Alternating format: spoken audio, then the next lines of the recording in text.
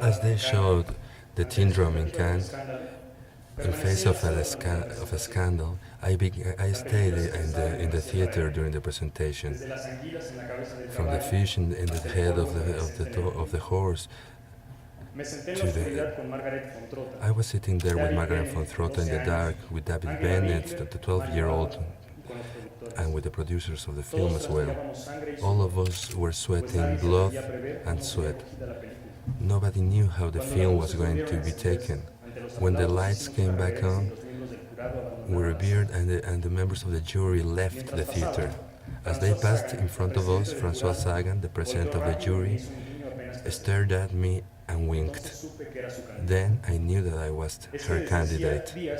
Days before, there were many gossips going on about. They said that Francis Ford Coppola sent his film Apocalypse Now with the promise that he was going to get the Palme d'Or. I went to visit him. As a friend of mine, from the our beginning of time, in his yacht in Los Angeles, he was walking, leaning as if he was carrying the weight of the world upon his shoulders, as Hercules. Why was he carrying this weight on his shoulders? I asked myself, and then I knew it. He did it himself. He was carrying the cross of Vietnam in the name of the United States. He risked $50 million in it. He invested all of his money in The Godfather, and just the triumph in Cannes, he thought, would make this film to go all over the world. Then he felt miserable when little Oscar stole the Palme d'Or from him. I was sitting there with my producers at their beloved bar, Blanche Sportif. We were drinking rosé with some partners from Poland, and we were eating when someone called me. Volker, you won the Palme d'Or. At the palace of the festival, the jury gave their verdict, and we ran to the other side of the street. There were many cameras around us. There was interviews going on, champagne, and on the stage, Coppola and I were together hand in hand. I don't remember anything but what Anatole Downey told me in a sarcastic way. Poor little Jew, you are going to suffer a lot from now on. From then on, something worse was going to happen. As we had traveled to Cannes in a car, Margaret and Felix, who was 14 years old at the time, and me, we went to Hollywood by different ways. We flew to Denver, and then we rented a car, and we crossed the desert and Zabriskie Point all the way to Los Angeles.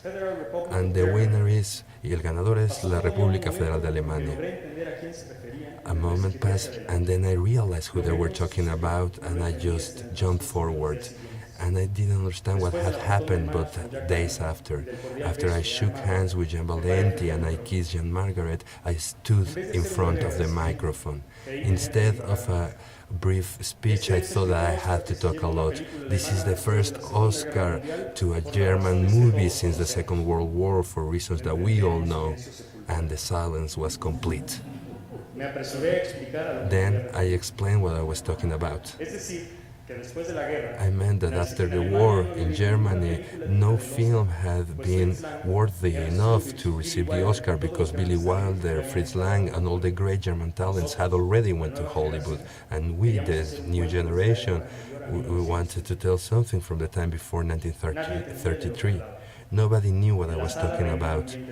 There was tension in the theater, and they took me to the back of the stage.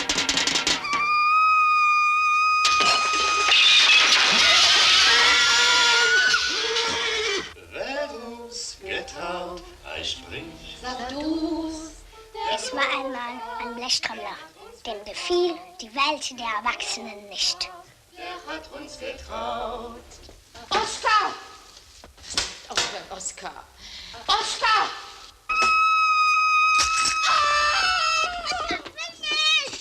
Es war einmal ein Blechtrommler, der konnte Glas zersingen. Es war einmal ein Blechtrommler, der hatte 2 Väter. Kuckuck! Willst du nicht was essen, bevor du gehst? Keine Zeit. Dienst ist Dienst. Schnaps ist Schnaps.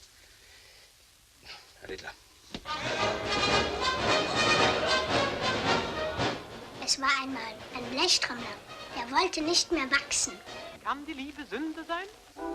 Es war einmal ein Blechtrommler, der wurde aber doch ein Mann und hatte 3 Geliebte. Alles vergessen vor Glück.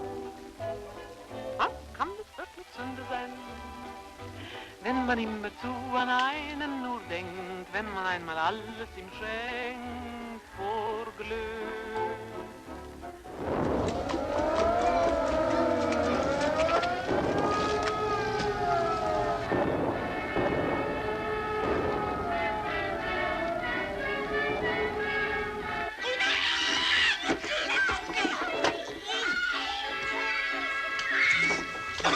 Was ist das denn? Lass das, Alfred, lass das! Was kann denn der Junge dafür, wenn du nicht aufpasst? Geh doch rüber zu deinen Zellenleiter, du Schlappschwanz. Andere Seiten werde ich aufziehen, das kannst du mir glauben. Ich stelle mir unter Liebe was anderes vor als nur Sauereien. Es war einmal ein leichtgläubiges Volk, das glaubte an den Weihnachtsmann. Aber der Weihnachtsmann war in Wirklichkeit der Gasmann. Es war einmal ein Spielzeughändler, der hieß Markus und nahm mit sich alles Spielzeug dieser Welt.